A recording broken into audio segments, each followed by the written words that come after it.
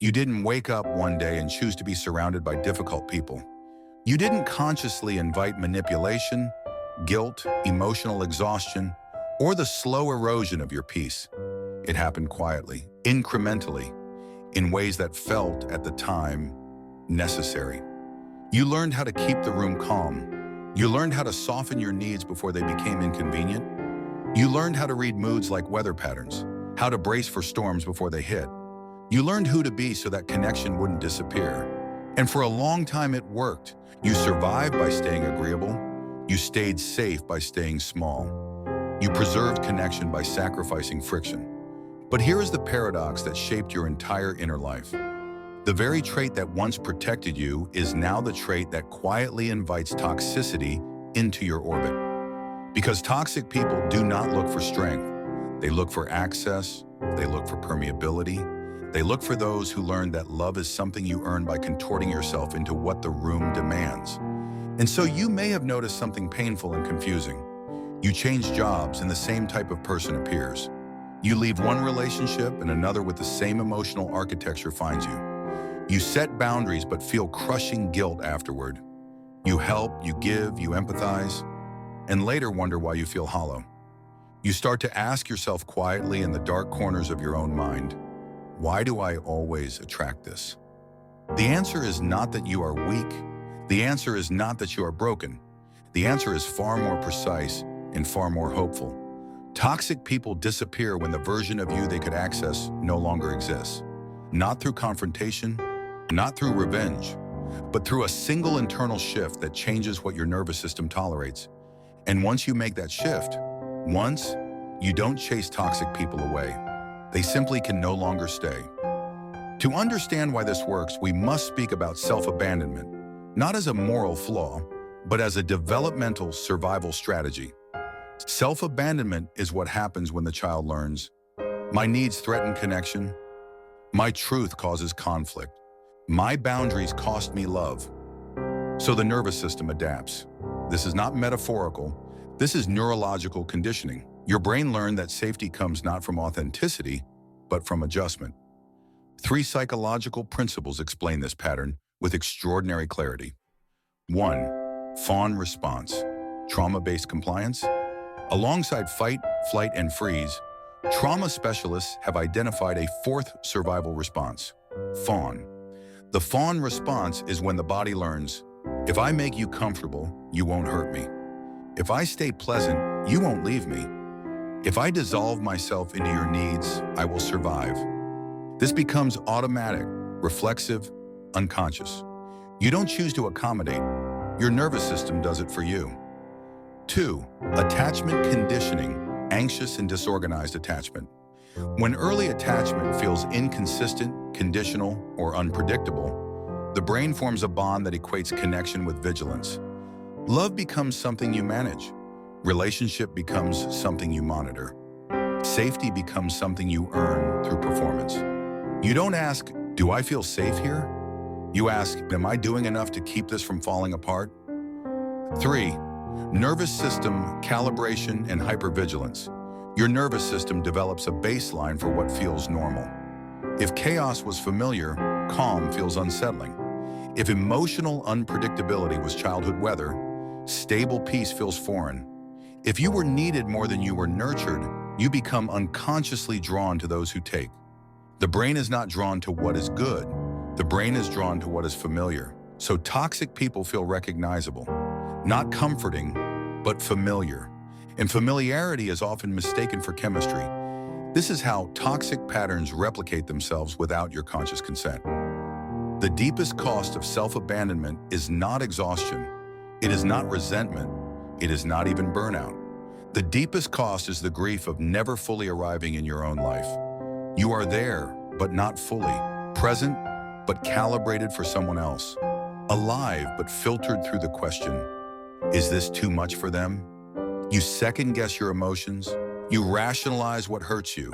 You minimize what you need. You call your own longing dramatic. You call your exhaustion normal. And so your life becomes organized around avoiding rupture instead of honoring truth. Carl Jung once wrote, "The most terrifying thing is to accept oneself completely." And yet you were taught, explicitly or silently, that full selfhood is dangerous. That authenticity leads to withdrawal. That honesty creates abandonment. So you learn to be acceptable instead of real. This creates what philosophers call existential dissonance, the pain of living disconnected from your own essence. You are performing survival in rooms that ask for intimacy. You are offering adaptation where truth is required, and the body keeps the score. You may feel chronically tired after social interaction, guilty for resting, anxious when nothing is wrong, responsible for others' emotions, afraid that asserting yourself will lead to rejection. This is the invisible grief, not mourning what you lost, but mourning who you never fully became. Because when you abandon yourself long enough, the self does not disappear. It simply waits quietly beneath the noise of accommodation. And toxic people are drawn to this wound, not because they see it consciously, but because your self-silencing makes space for their self-expansion. Where you shrink, they grow. Where you excuse, they escalate. Where you adapt, they demand. This is not coincidence, it is an energetic equation. In adulthood, this early strategy becomes visible not as a trait, but as a constellation of coping behaviors. You might recognize yourself in some of these. You over-explain your boundaries. You don't simply say no. You justify, you soften, you apologize for protecting yourself. You feel responsible for how your boundary makes others feel. You feel drawn to emotionally intense relationships. Calm feels unfamiliar. Predictability feels flat. You confuse intensity with depth. You confuse anxiety with love. You tolerate subtle disrespect instead of naming it. You sense when something is off, but you override yourself. You wait for proof. You avoid conflict at the cost of clarity. You become the emotional regulator for others. You manage moods. You anticipate needs. You carry unspoken emotional labor in every room. You feel guilty when you are not needed. Rest feels wrong. You feel most valuable when you are useful. Worth becomes conditional. You gaslight your own pain. You intellectualize wounds. You call trauma just the past. You minimize patterns that are actively harming you. But here is the reframe that changes everything. These are not personality defects. These are nervous system strategies that once kept you alive. Healing does not begin with self-criticism. Healing begins with witnessing. Witnessing is when you stop explaining the pattern away and finally let yourself see it without judgment. You do not ask, "What is wrong with me?" You ask, "What did this protect me from?" And then slowly, you reverse the adaptation. You practice saying no without justification, letting others feel discomfort without rescuing them from it, feeling guilt without obeying it, pausing before people-pleasing, remaining in your body when anxiety arises instead of fawning. At first, this feels terrifying because your nervous system interprets this shift as danger. Not because it is dangerous, but because it is unfamiliar. And here is the moment that changes everything. The moment your behavior no longer matches the role that toxic people expect you to play, their access collapses. You don't confront them, you don't explain yourself, you don't dramatize the shift. You simply become less available to the dynamic that fed them. And without fuel, they leave. Not angrily, not loudly, often quietly. Because toxic connections do not survive in environments where self-abandonment has ended. Healing is not dramatic, it is not cinematic, it does not arrive as a lightning strike. Healing is the quiet courage to remain with yourself when old survival instincts beg you to disappear. This is where practices like inner child reparenting become essential. You begin to offer yourself what you once sought from others: reassurance, permission, protection, consistency. You do not demand that your wounded parts disappear. You welcome them back into the body. You begin shadow work not to destroy what is hidden, but to integrate what was exiled for the sake of belonging. You learn to say, "My needs do not make me dangerous. My boundaries do not make me unlovable. My authenticity is not abandonment." And slowly your nervous system recalibrates. You feel discomfort without collapsing. You tolerate disapproval without self-erasure. You let misunderstanding exist without over-functioning to fix it. And then the most unexpected thing happens. The room changes without you changing the room. You notice certain people stop calling. Conversations grow shallow with those who once fed on your depth. Drama no longer sticks to you. Emotional chaos feels strangely distant, not because you became colder, but because you became less available to self-betrayal. Toxic people require a specific energetic doorway. They require someone who doubts their right to take space. They require someone who confuses endurance with love. They require someone who negotiates boundaries as if protection must be justified.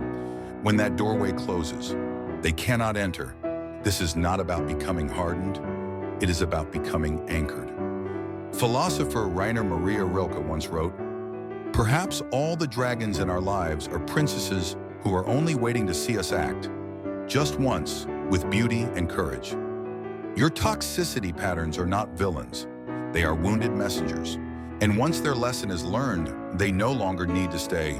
You do not heal to become perfect. You heal to become whole.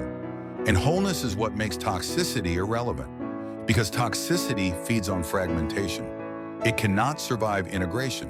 So the one thing you must do once is this: stop abandoning yourself to preserve connection. Everything else follows. If this spoke to something quiet in you, if it named something you've always felt but never articulated, share this with the person who is still surviving by shrinking. And remember, you were never attracting toxic people because you were broken. You were attracting them because your nervous system learned how to survive. Now you are learning how to live.